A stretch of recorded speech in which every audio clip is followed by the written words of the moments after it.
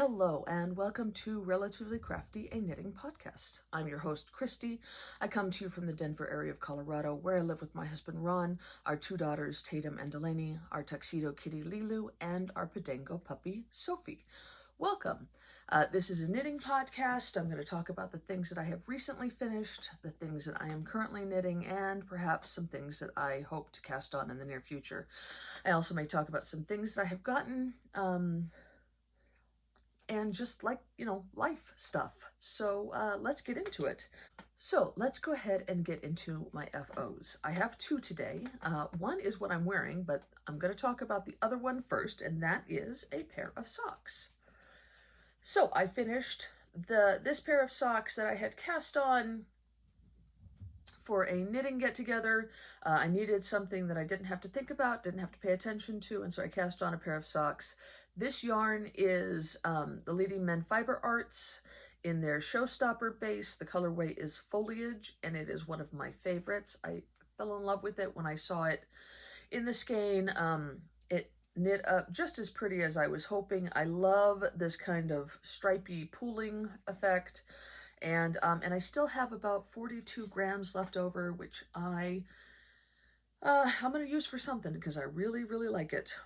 I might make a pair of shorty socks. I might make a pair of fingerless mitts. I don't know, but I do really like this colorway. So I did my normal sock recipe, Turkish toe cast on. This is a fish lips kiss heel, and then 1x1 ribbing with Jenny's surprisingly stretchy bind off.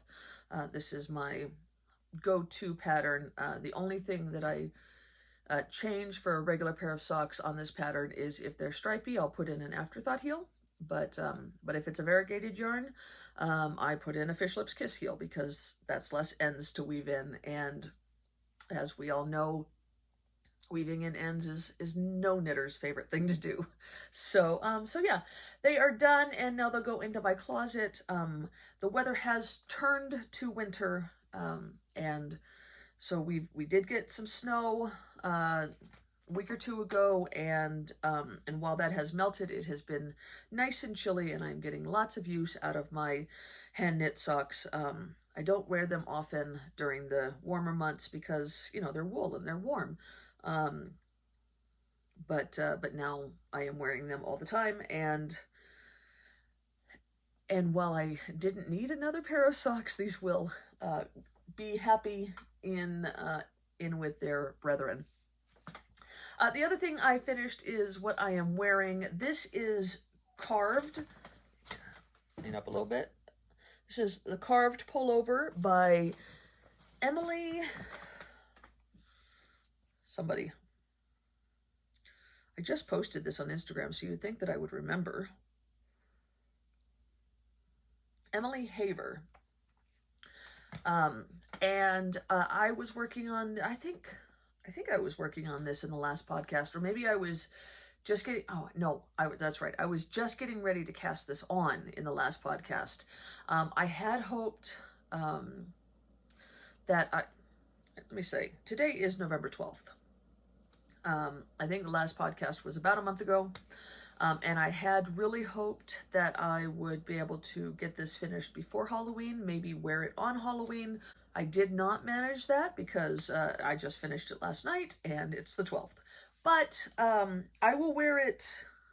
I'm going to wear it to work tomorrow. I basically just took it off the blocking mats. It's actually still slightly damp, but I took it off the blocking mats and took a picture with it, which I will post here. But I will wear it probably tomorrow to work because I knit a lot of this while I was at work during my lunch break, and so I will show it to my coworkers, and then I will put it away for the season and bring it back out next September. I think that it is going to be one of those ones that I will be able to enjoy for years to come, even though I am steadily losing weight. I think that that the more ease on this will not be a bad thing.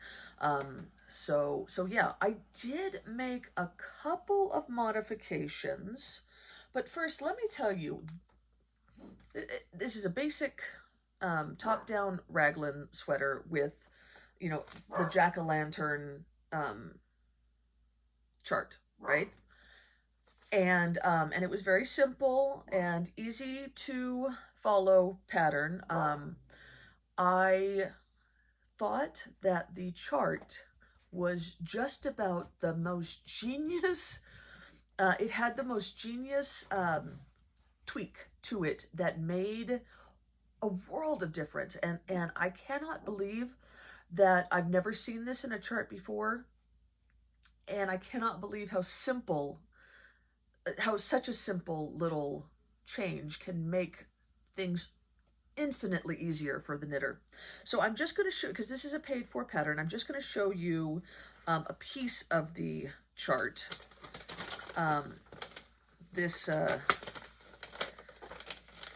Just the first couple of rows.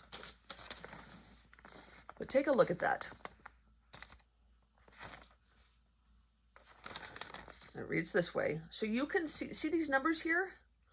Those numbers are telling you how many stitches until you get to the thing. So right here, that number, if you can see it, it says 32. So you know, without having to count every one of these, that you need, after you do this yarn over, you need to do 32 stitches straight. And then do a knit two together, yarn over, and then you knit, I think this says 12. I can't see it in the thing. It does say 12. Holy cow, my mind was blown. I'm like, that's amazing. So when I recently finished the crisscross, one of my biggest complaints about that pattern was that I had to count, because there was so much space between the crosses, and you had to count, and I am always concerned that I'm going to screw it up, and so I count, and then I recount, and then the chart, and then I count and recount the stitches that I've just knit. And so this was amazing because it was already there for me, and I just had to see it. I still counted and recounted the stitches that were on the needle, but that was only 2 counts instead of 4 or 5 counts. Anyway, I think that if I, for the next time that I run into a pattern that doesn't have this, I think I'm just going to put the numbers in myself, because that was game changer. And such an easy thing. I mean, such an easy thing. It's just amazing when somebody comes up with just an amazing thing that's so simple,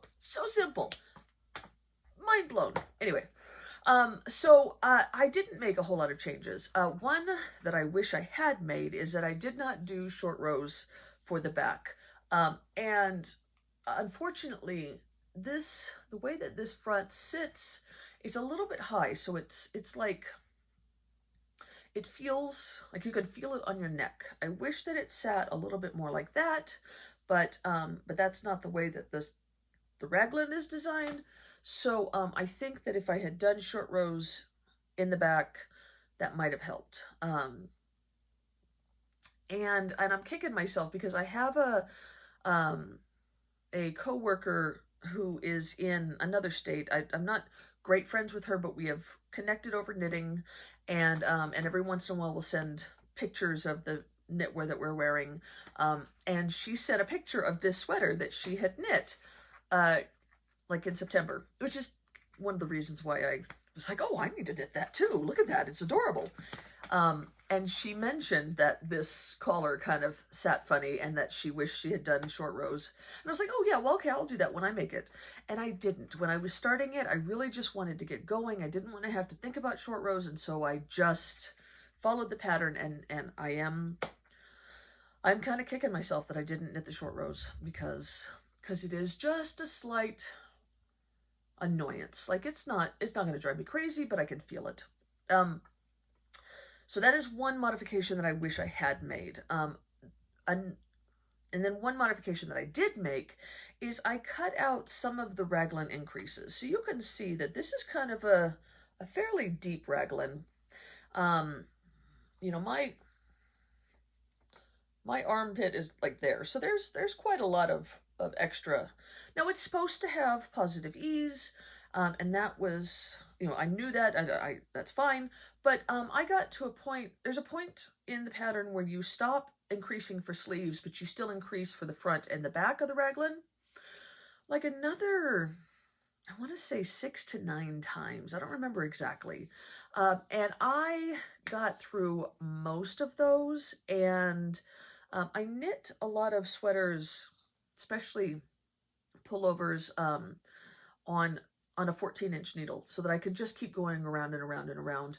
And so there was no way that I could even, try it on or see what, how wide it was getting or anything like that. When I was just a couple of increases from the end of the raglan for the body, I went ahead and put it on some waste yarn and tried it on, and it was very large and very deep on the raglan, and I didn't like that. So I ripped back, basically to where, I ripped back to where the sleeves increase stopped, and then took the sleeves off and knit the body from that way. So I did take out quite a few increases. I am glad that I made that change, because I think that it looks a lot better for me. That being said, I looked at all of the other patterns, that have been made on Ravelry, and they all look great. All the other ones, all the other projects on Ravelry look adorable. So I wonder, there was definitely some people who didn't knit for the intended ease. Let me see how much is supposed to be there. So according to the pattern page, it's supposed to have 0 to 4 inches of positive ease. So then in that case, there were some people who obviously knit it to the 0, inches of positive ease, because it fit a lot closer. And then some people who had more. I think that I am closer to the 4 inches. And that's fine. And as I said, I think that more ease will not be bad. I also will definitely knit this pattern again, because it was fun, and because I do like the way that it fits. And it's adorable. I mean, it's adorable. How can you not want a jack-o'-lantern sweater? I did, the pattern was intended for 3/4 length sleeves, which is basically what I got. I think that the pattern called for another 2 inches, but it was the length I wanted, so I went ahead and stopped.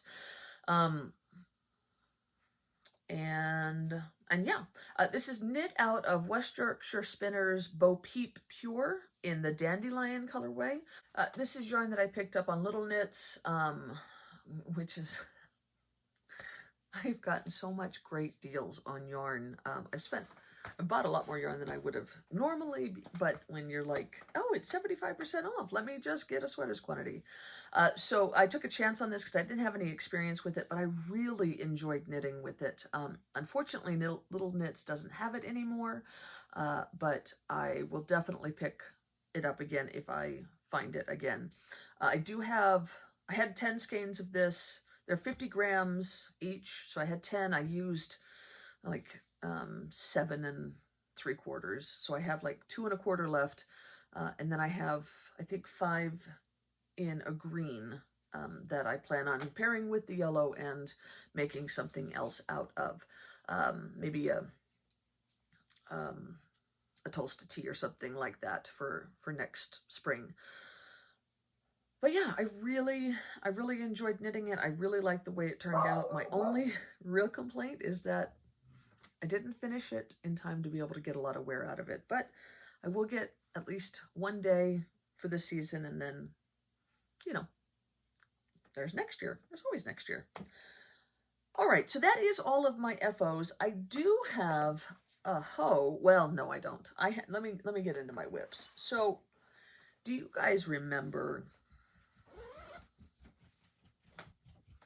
2020, maybe 2021, I decided I was going to make the Northman mitts, and so I cast on, and I was super excited about it, and I think I got halfway through the outer mitt. The Northman mitts are pair of mittens with a color work outer layer, and then which is worsted or Aran, and then a sport weight inner layer to really keep your hands warm. And I got about halfway through the right mitt outer layer, and then set it aside and kind of ignored it. Well, the other day, I think it was last weekend, I came down here and I sat myself down and I finished the outer layer of the first mitt. So there it is. It has been blocked because my gauge was different, and so it looked really wonky from when I started them to when I finished this one. But I am pleased that I have gotten the outer done of the first mitt, and I still have to do the inner bit, of course. But at least I've made progress. I got to cast on the second one and knit it. And here's the thing: I was like here. So I had taken the thumb gusset off. Yeah, I was like here. And it did not take me that long to finish this mitten, and then do the thumb. I had to do both those. So like, I don't know, a third of the mitten and then the entire thumb. And it was quick. It really was. I mean, I don't know, an hour, maybe 2 hours I spent down here. So I could knit the second mitten fairly quickly if I just sat down and did it. But I have to have no distractions because color work does not come naturally to me. I want it to so badly, but it just doesn't. It's not like stockinette. I'm sure that's how it is for everybody. It's not like stockinette. So I put on an audiobook and I just worked on it. I went old school, pulled out this Knitter's Pride chart thingamajigger, and with the magnets and whatnot, didn't even use a tablet. I was like, I'm gonna just get through this. So I just listened to the book and knit on this, and I like how it turned out. And I've got this bag, it's ready for the second one. I did start casting it on, and then it wasn't working out well, so I ripped it back, so I got to cast it on again. But I did find the perfect yarn for the inside. So I should say, these are the yarns that I'm using for the outside. This is just about the most beautiful color. I love garnet. That is, I say that burnt orange is my favorite color, but I really think that garnet is. And this is MJ Yarns.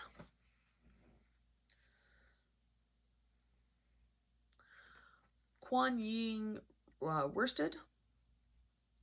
Kuan Yin worsted.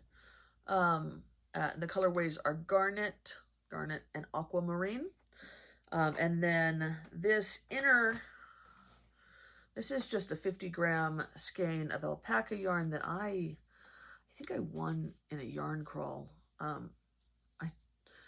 The first year that I did the yarn crawl, I went to every single shop. So it was all the way down to Colorado Springs, which is like an hour and a half south, and then all the way up to Loveland. I think that's as far as we went, which is like an hour or so north. And each of the shops had like a basket that you could enter to win, and I won, which was amazing because I got so many things, but I had to drive all the way back down to the Springs to pick it up, which was kind of a bummer, but it was totally worth it, obviously. Anyway, so I got this. This is Blue Sky Alpaca, silk, excuse me, in Crabapple, number 147. So it is,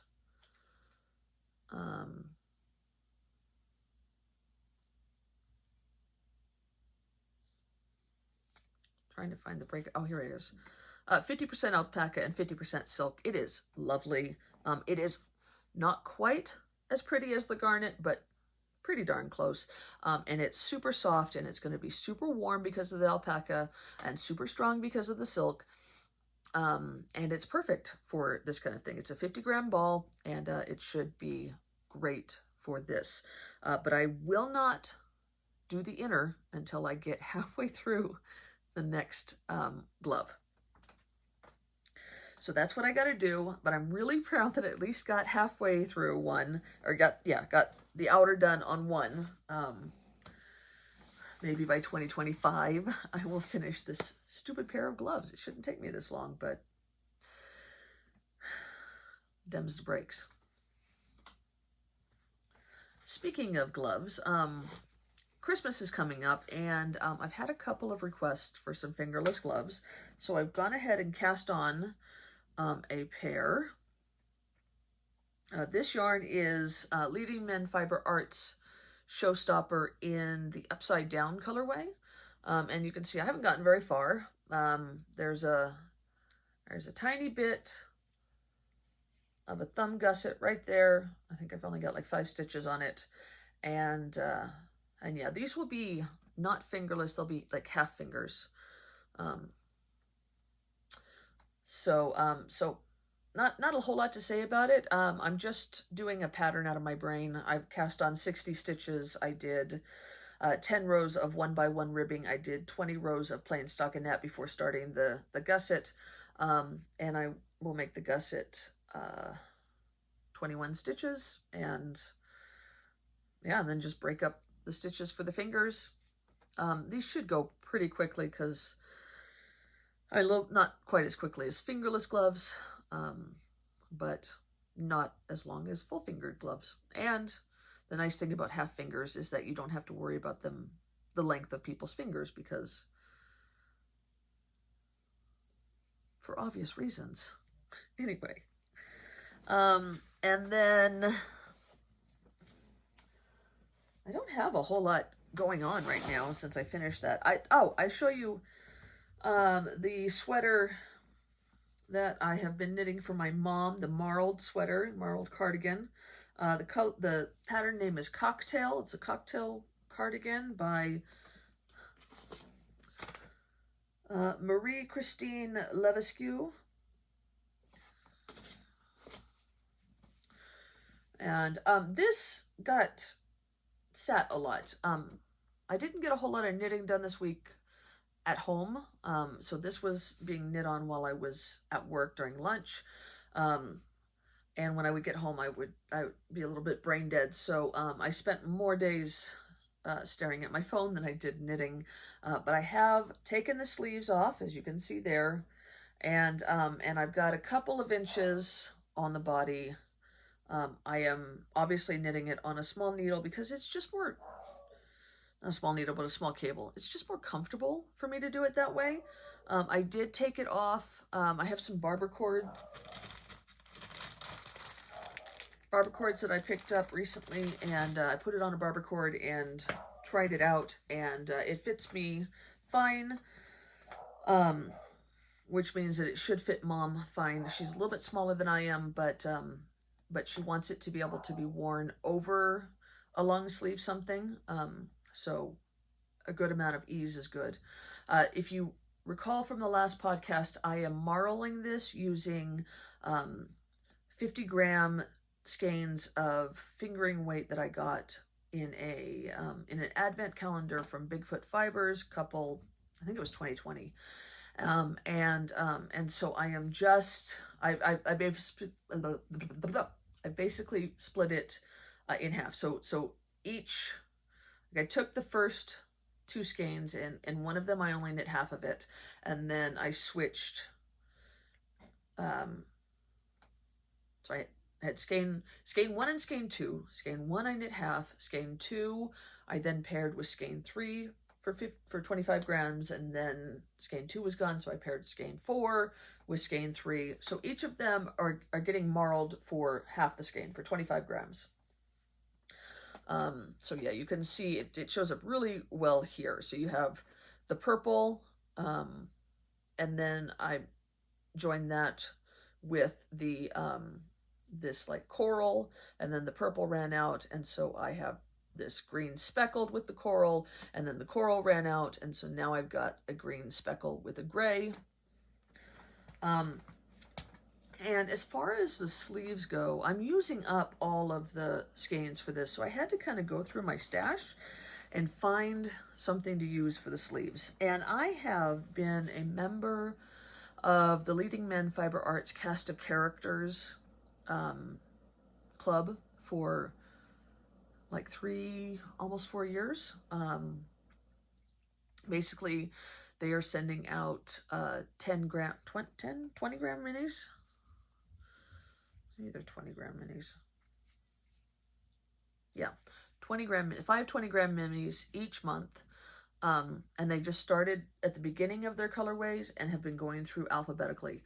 At this point, I think there are maybe 2 months left before they will restart the alphabet.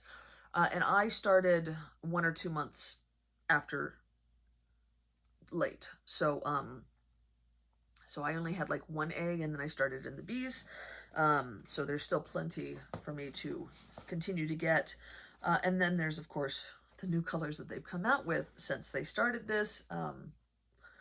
I'm trying to remind myself that I don't actually need to collect every single colorway they've ever made. So I will end it.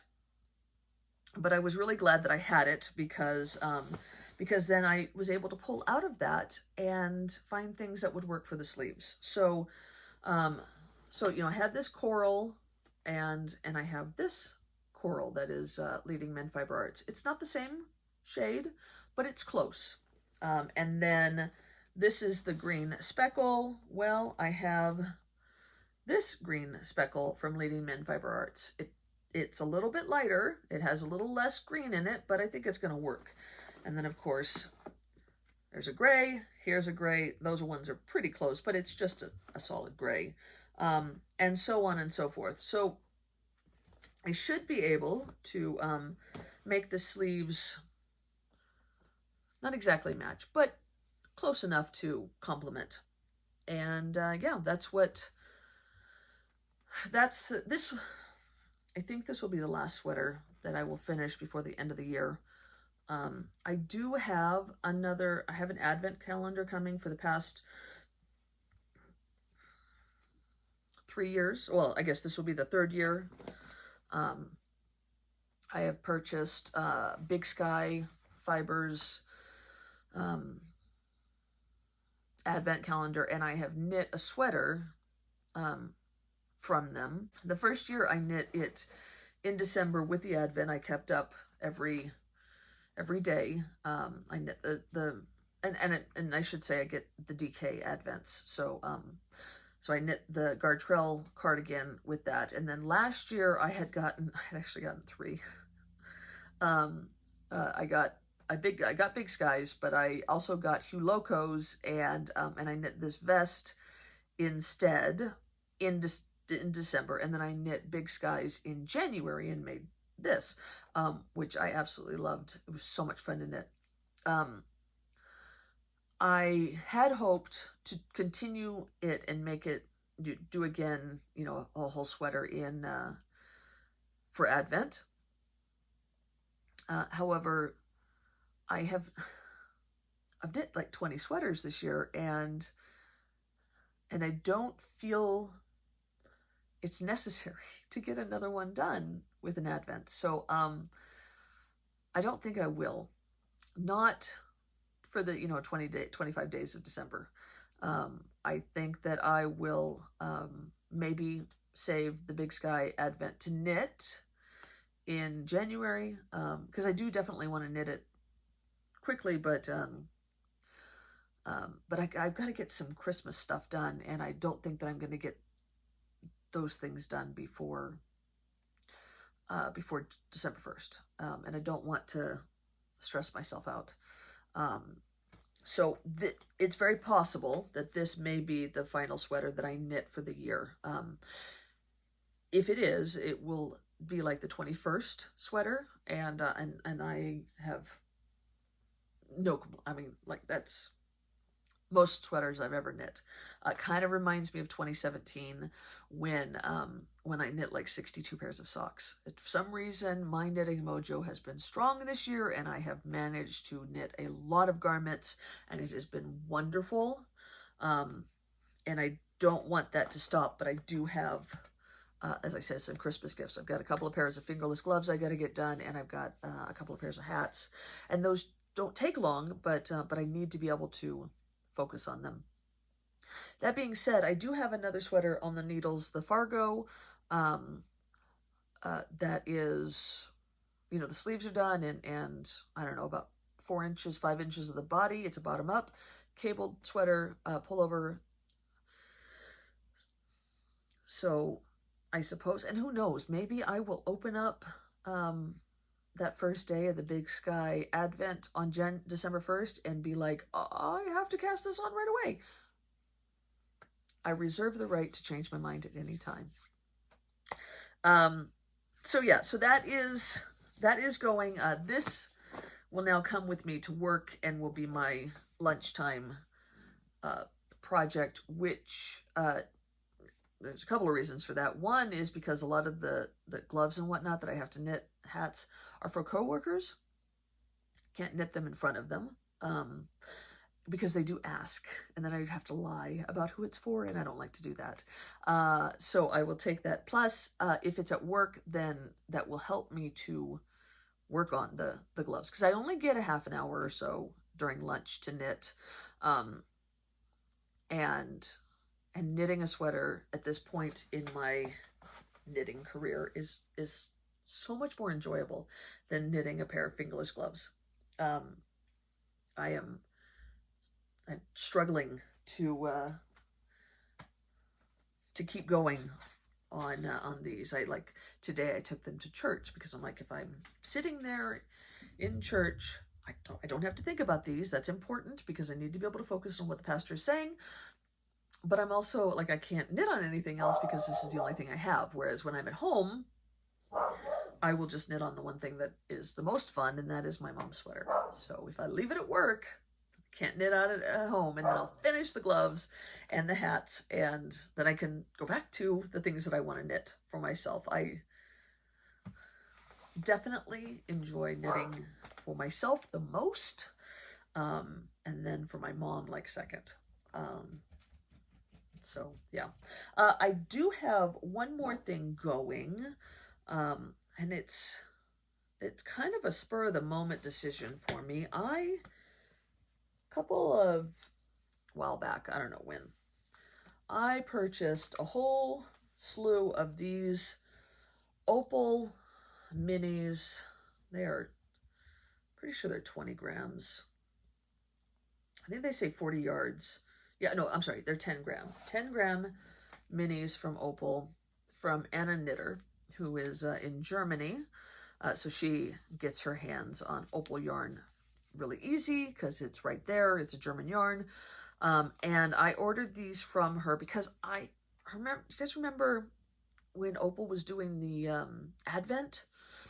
And I wanted it so badly because, dude, these are just little miniature Opal skeins. Like, they're miniatures of the original Opal skeins. They're so stinking cute.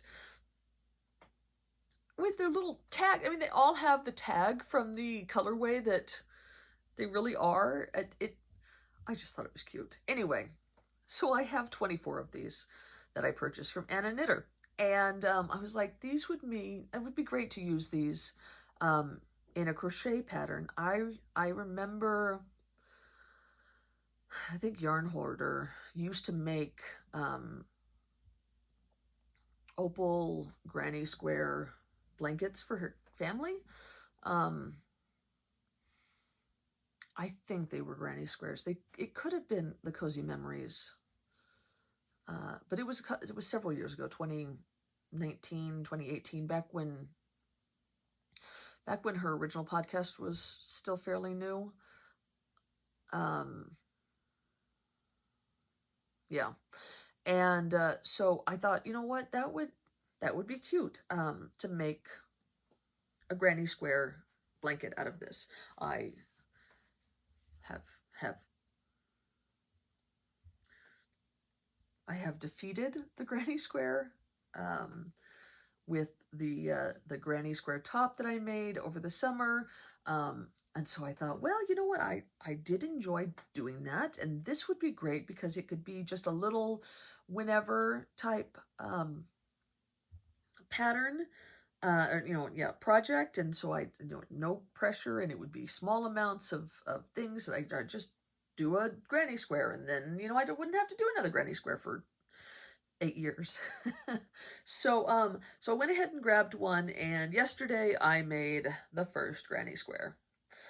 So I basically just did it until I ran out of yarn. I think I got 8 rounds. Let me see. 3, 4, 5, 6, 7, 8, 9 rounds. This is the tail that I had left. So pretty good. I'm hoping that that means that I will be able to get 9 rounds out of all of them. Like, I didn't cut it too short with Yarn Chicken. There was maybe this much tail at the beginning. So so that's like almost I don't know, half yard, 3/4 of a yard left over. So hopefully that means that I can get the same size out of all of the 10 grams. Okay, so let me tell you,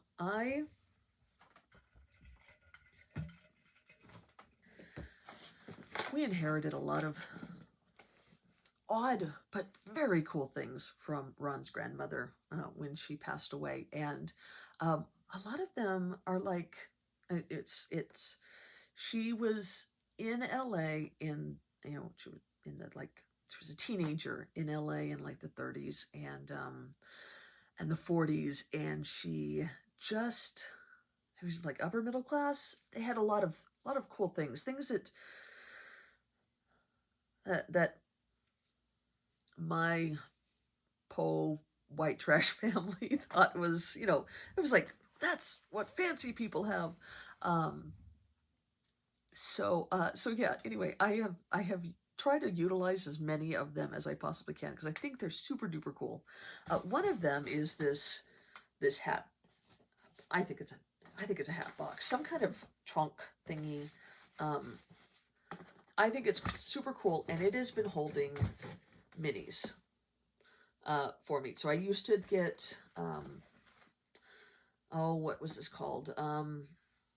Color Round One, I think. It was called Round One. Carnival of Color. Anyway, you'd get 10 gram minis every month from different dyers. It's still going on. I did cancel my subscription after a while because I was like, I'm never using these. But I have them all here, and I plan on using them one day. They've been in here for a while, and the Opal was also in here.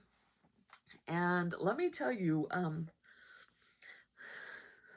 they smell like old lady. So I am going to have to let the Opals like air out. I didn't realize it because I haven't gotten into it in such a long time, but it's been closed up, and now this whole bag of Opals is like, it smells like grandma.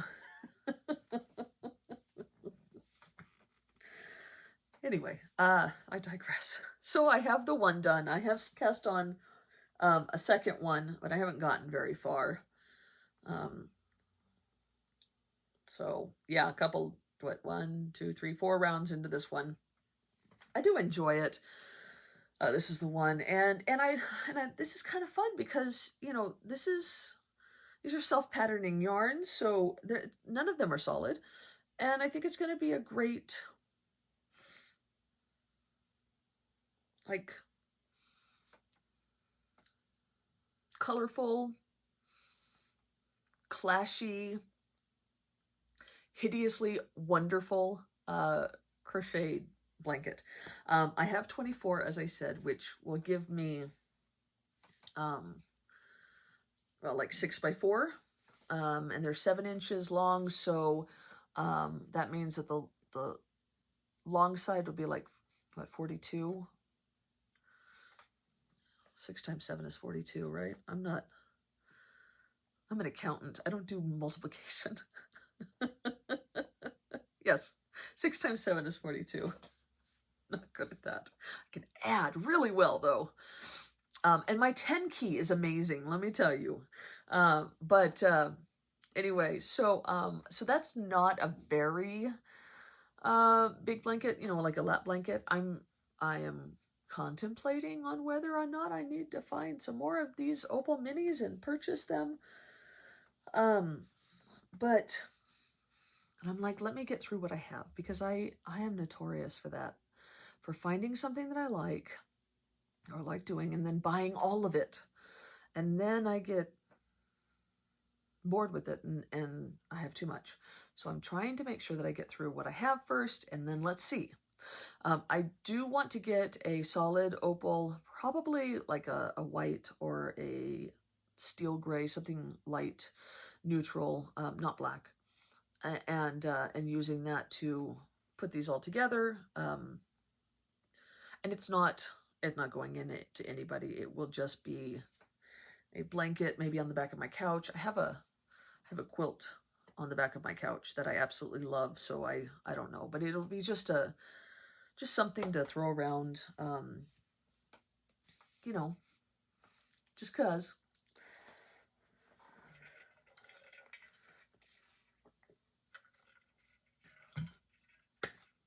And that is all that I am working on. I did get a little bit of yarn recently. Do you guys remember this massive skein of Malabrigo lace? I have it still, and I had picked up some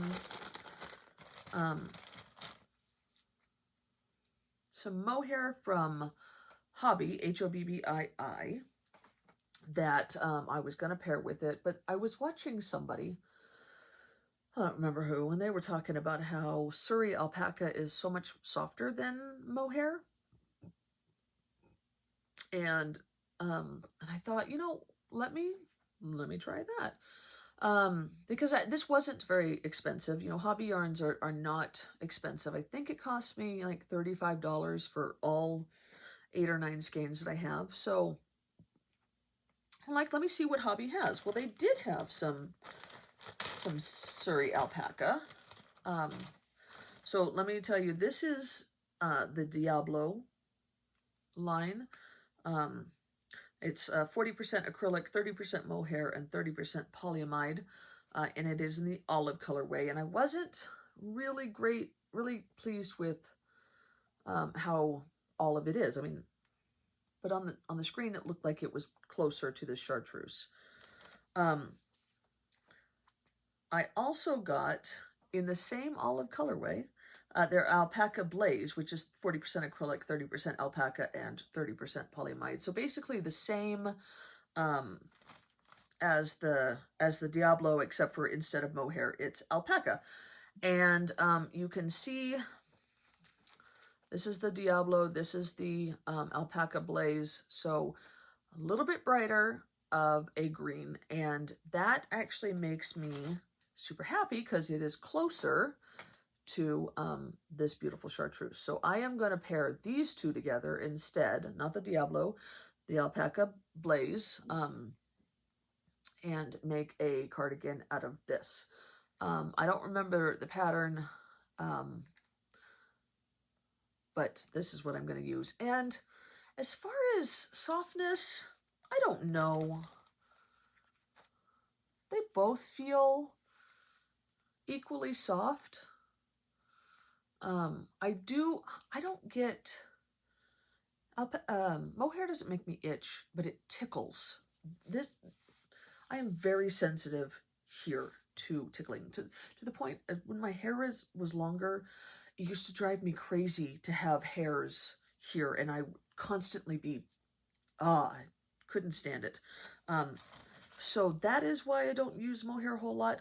I don't know, I'm expecting that this will still tickle me, because it is still long pieces of animal hair, but that's why I'm making a cardigan and not a pullover, so it won't touch this part of my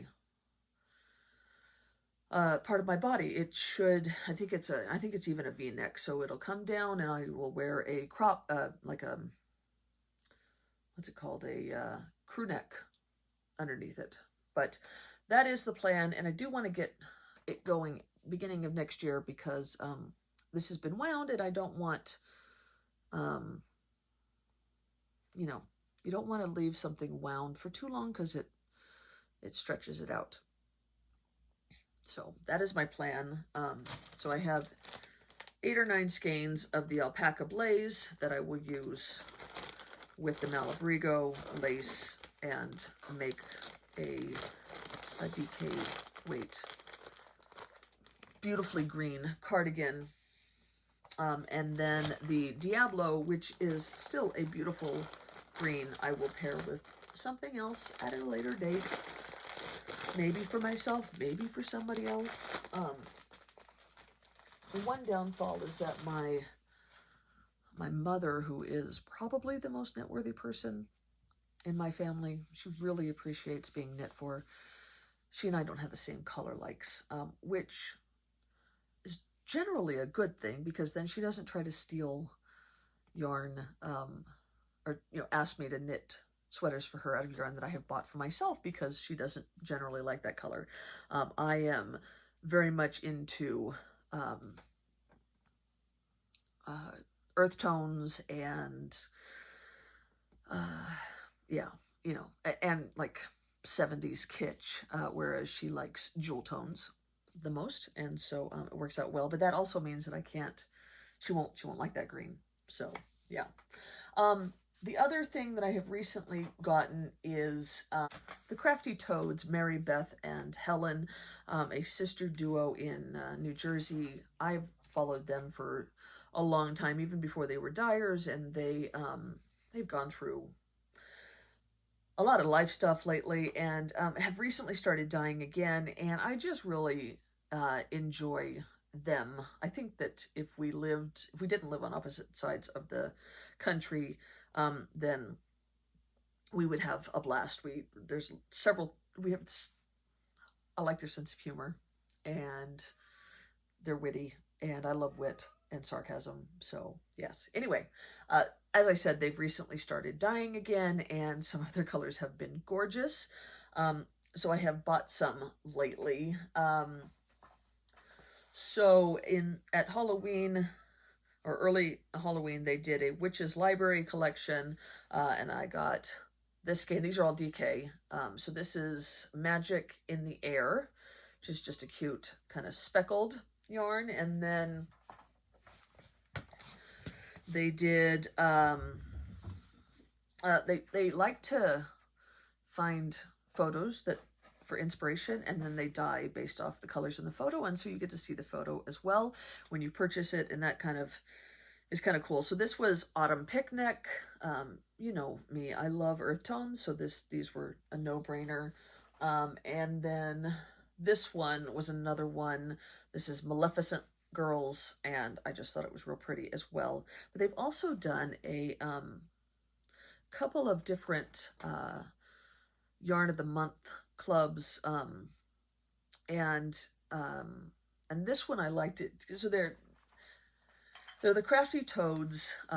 Their website is toadhollowNJNewJersey.com, and so they're, they talk about how they live in Toad Hollow, and a lot of that. And so they had one of the kind of Yarn of the Months that they're doing is the Denizens of the Hollow, and I thought that was such a cool idea. So it's a surprise skein each month, based on a different denizen of the Hollow. You can pre-order and be surprised, or you can wait until the yarn has been delivered, and then the next month it will be available. So like I got November's skein just the other day, and next month in December, that yarn will be available for people to purchase if they didn't want to be surprised. I like surprises, so I went ahead and went with that. But first was October's, so this is the Crow, and I thought it was real pretty. And then this was November's I can't imagine you haven't gotten it if you ordered it, because it shipped out the first week of November. But if you didn't, don't look. But here it is. Phineas the deer. So they joke around that they live at Toad Hollow in the house that their mother that they grew up in. They live with they moved in and are helping their mother, and they have all these critters that are coming by, and so Phineas is one of their regular visitors. Anyway, so those are the things that I have gotten. And I am thinking that I'm going to put these together in some way to make some kind of fade sweater, or maybe stripes. I'm not sure, but I do think that they need to go together. I love DK, and I love sweaters, and I love DK sweaters that are just, you know, a collection of colors put together. So yeah, that's it, guys. Oh, you know what? No, let's talk about there's a series of books that I have been listening to, and I really have been enjoying them. First, if you haven't heard about this series, then you need to come out from underneath the rock and listen to it, because it's amazing. The Thursday Murder Club by Richard Osman is just about perfection. He's put out a book every year. So one came in September. So 23, 22, 21. The first one came out in 2020. And I listened to it because Richard Osman is an English Englishman, and that therefore I figured that the audiobook would be with an English accent in England. I was not wrong. I love listening to audiobooks with, I love listening to audiobooks with the English accents. They're pleasant to listen to.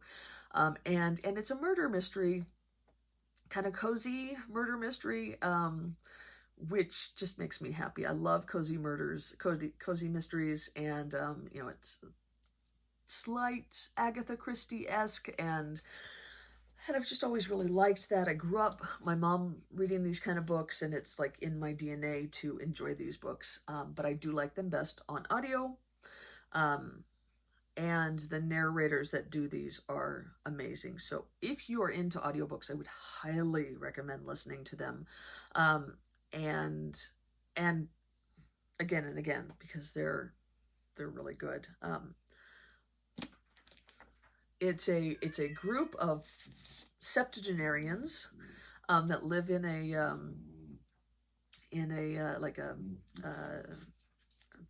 retirement, a senior community, and they have a club that gets together and tries to solve old unsolvable murders, and then of course things happen, but they're great. It's a cast of 4 main characters, Elizabeth and Joyce and Ibrahim and Ron, and they all come from different backgrounds, but they all have their own quirks, and they're just amazing characters. And Richard Osman, this is the first book he ever wrote, and it was so well done at the beginning. So really, really highly recommend this whole series. I have only read the first 3 so far. So this one was number 1, the Thursday Murder Club, and then number 2 is The Man Who Died Twice, and these books are just beautiful. And then the third one I just finished is The Bullet That Missed. So these I have just absolutely loved. And then this one just came out in September, The Last Devil to Die. As far as I know, he is taking a bit of a break from this series over the next year, and is going to start a new series. I think his plan, I listened to an interview with him. I think his plan is to still continue to put out a book a year, but he's kind of got an idea for a new series that I think will be just as good, similar, not similar, but another like mystery murder thingy. And then I think that there are at least 2 more of these that are supposed to come out. I heard that there's some, maybe not cliffhangers, but some ends to some arcs in this one, which makes me a little bit sad. Because I don't want any of the arcs to end. I love all of these characters. And while I say that there are 4 main characters, there is a host of supplemental characters that are just as engaging and entertaining. And I just love all of them. I have heard that Steven Spielberg has bought the rights to make a movie. I kind of feel like it's going to be on par with like Kenneth Branagh's Hercule Poirot movies. By the way, we watched the most recent one of those, the Haunting in Venice, and it was amazing. So highly recommend that as well. And I'm super excited about this.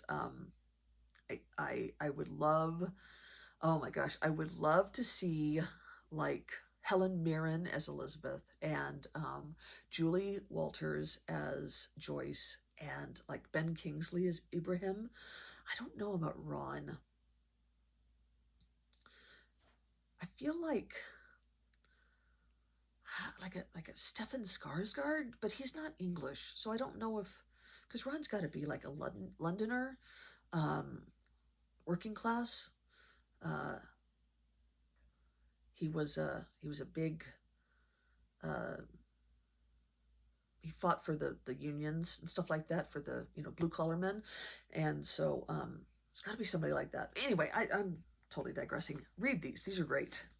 And then the other series that I have recently been listening to, the reason I haven't read this one yet is because I'm borrowing the audiobooks from my library and there's a wait. And so I'm waiting for my turn. That's the only reason why it hasn't been finished already. I should just buy them on Audible because I know that I will want to listen to them again. But the other series that I am listening to and totally loving is the Zoe Ash series. And I don't have any of these in physical copy, but there are 3. And I am on the 3rd one. It just came out last month. And they're by Jason Pagnon, who used to write under the alias David Wong. You might have known him from his original series, which was John Dies at the End. They made that into a movie a while back. And I didn't know it was a book when we watched the movie. The movie is a mind mess, let me tell you. It's all kinds of weird. And the book is just as much. But so I read the book. I watched the movie ages ago when it first came out. Read the book a couple of years back. Loved it. There were 2 at the time. It was John Dies at the End, and then This Book is Full of Spiders. I didn't like This Book is Full of Spiders quite as much. And then I thought that was it. And then he has since come out with 2 more books in that series. I haven't read them yet. I want to go back and start with John Dies at the End, and maybe I'll like This Book is Full of Spiders more. I remember it being crass, and that kind of turned me off. And I will say that there's a lot of language in his books, including the Zoe Ash series. But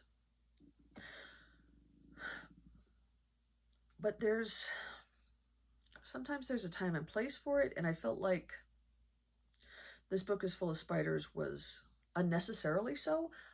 Again, I probably read it 7 years ago. I think I read it the year we moved here. So I was a different Christy. I might see it differently now. Anyway, Zoe Ash. The first one is called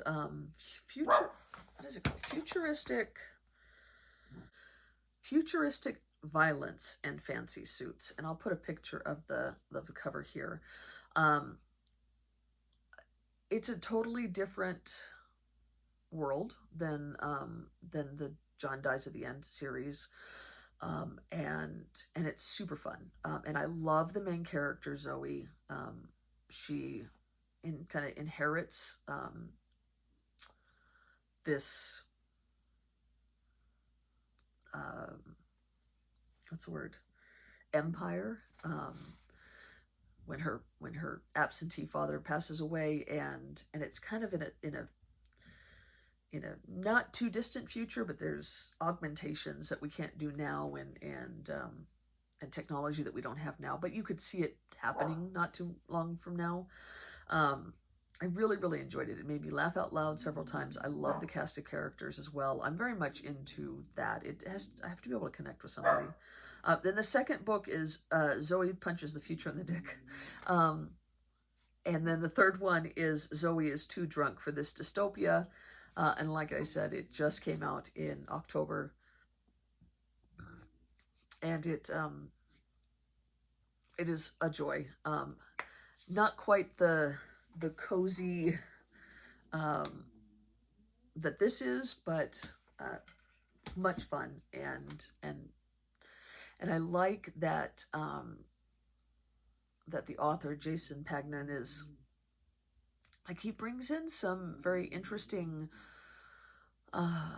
debates amongst his characters that kind of deal with things that we're dealing with now, you know, how the poor are treated, how the uber rich see things, how the government sees things without, like, he's like, there's never an established, you know, right or wrong. He kind of explores all aspects of it, and I appreciate that. Yeah, so I think that no matter how your worldview is, you would find something that you agree with, and things that you disagree with, and there's no agenda being thrown at you and forced down you, which I can't say every writer is doing nowadays. So that all said, those are two series that I have really enjoyed lately. They have made my commute and my knitting time and whatnot very enjoyable. So if you're into audiobooks, I would highly recommend both of them on audio. And then if you're not, then, you know, read them in paper form too. I have not read them in paper form, so I can't speak for that, but I can't imagine that they wouldn't be just as enjoyable. I just had a delivery. I just got notification that there's a delivery upstairs, and my entire family, I think, is taking naps. So I'm going to go ahead and take this opportunity to say goodbye. I hope you guys have a wonderful rest of your weekend, and happy knitting. Bye.